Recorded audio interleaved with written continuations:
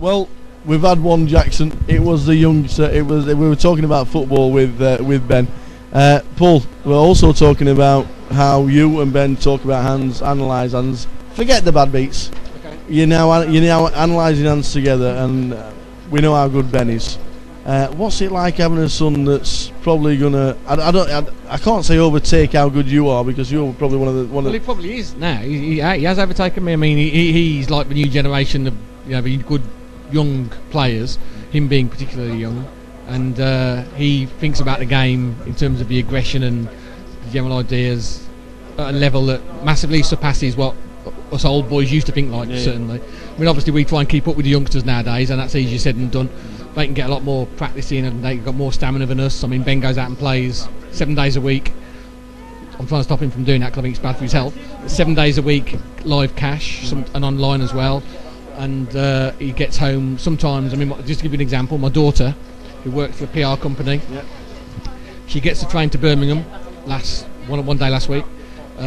Gets off the train, is walking towards work, and Ben's coming out of a casino waiting for his car to be brought round to him by the car jockey, and this is like 8, 8:30, 8:45 in the morning, and that's standard for Ben.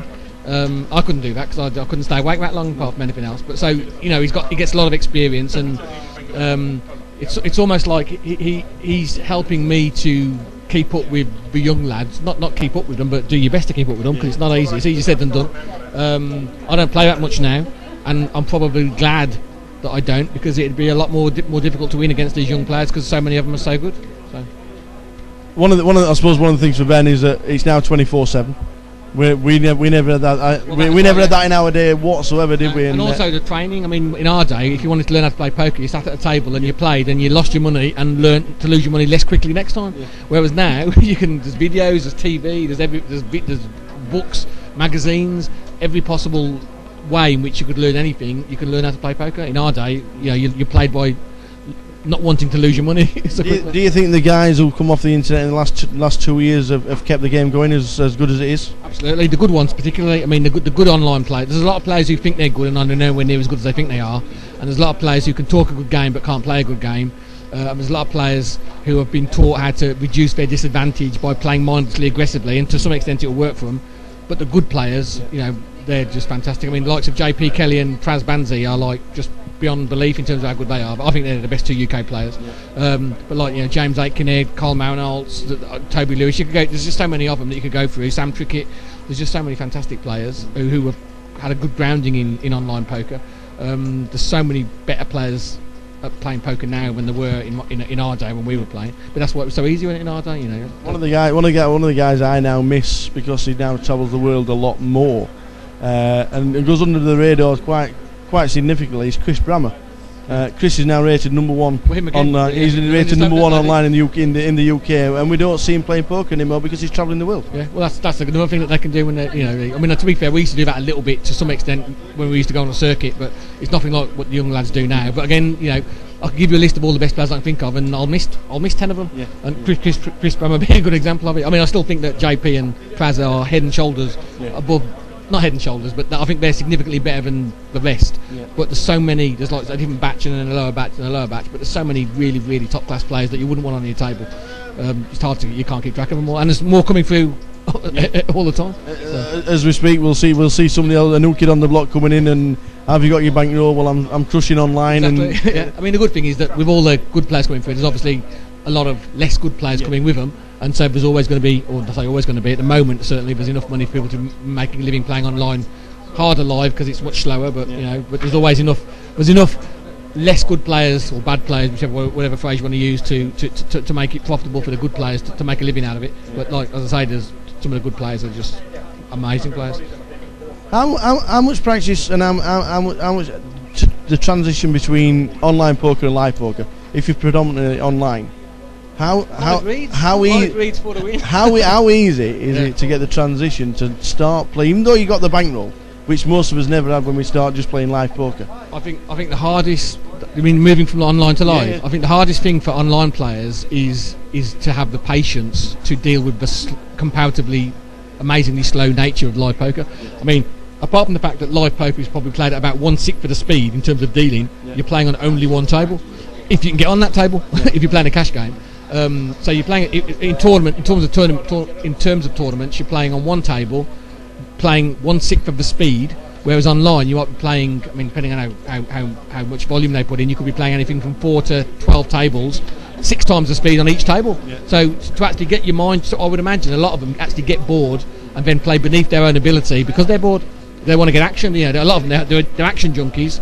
Yeah. They want action all the time. They're playing 12 tables rapidly like this, free betting people left, right, and centre. Come and play live, and you're getting one hand dealt. You know, one hand dealt every few minutes, and it's hard. It's probably difficult not to stay patient and actually even play to even close to the same standard they play online. But the online young players nowadays are fantastic, most of them. You said you were slow down yourself. How much are you actually playing live?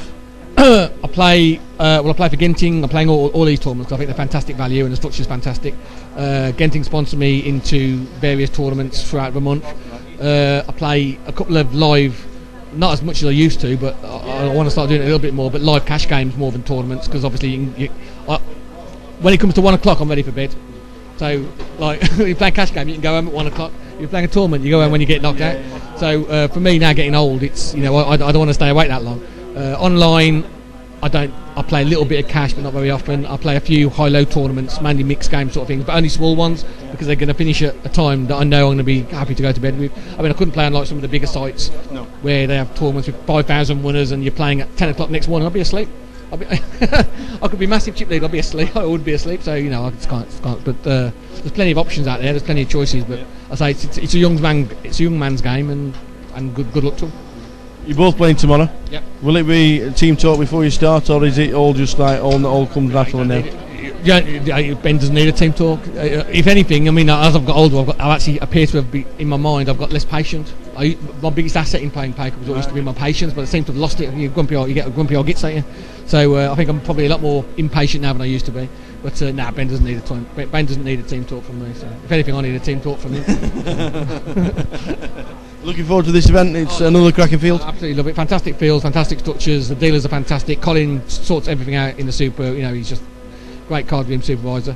Great, organises the tournament fantastically. Value. Yeah. Great structure. What more do you want? You know, it's fantastic. And Genting do everything to help the poker players, and they've got the poker players' best interests at heart, which is something you can't say about every poker tournament you're playing. Going over to Vegas in 3 weeks, well, we'll all be treated like goats, getting milked by harrows. You know what I mean? They treat you like they treat you like crap. All they want interested in is squeezing every cent they can out of it, and they're quite happy to make it obvious because they don't care. Because if you don't turn up, somebody else will anyway. But Genting look after the players, and they've got their best interests at heart. They're a business; they've got to make money, but like they look after the players. The amount of money they add into poker tournaments, compare that to anybody else. What everybody else takes, Genting give. So you got to give them credit for that.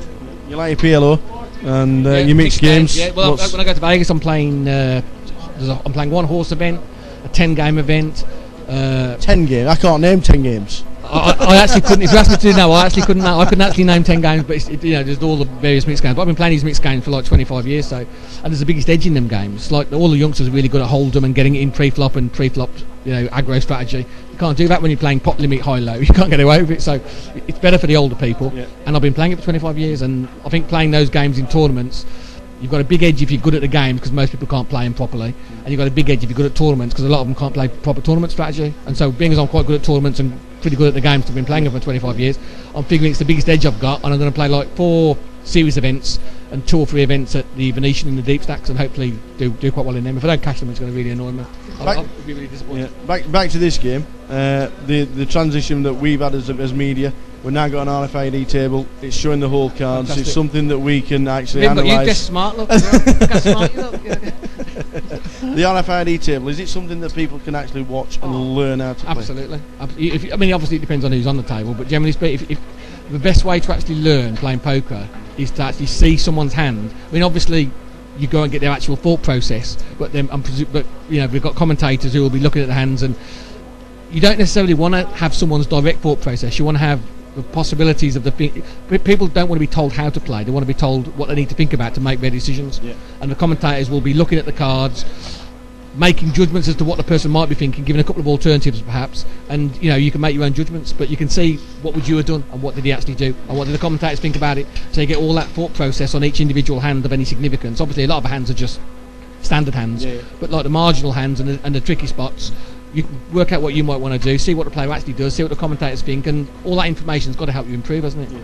Well, we love it. We love to see the whole cards and like. It's like watching on TV. It's like watching TV poker, isn't it? It's fantastic. Well, fingers crossed we'll get you on the feast table tomorrow and we can analyse the hands that Paul Jackson. Hopefully, I'll last long enough. Thanks for speaking. We'll speak tomorrow. Back to Marty in the commentary booth.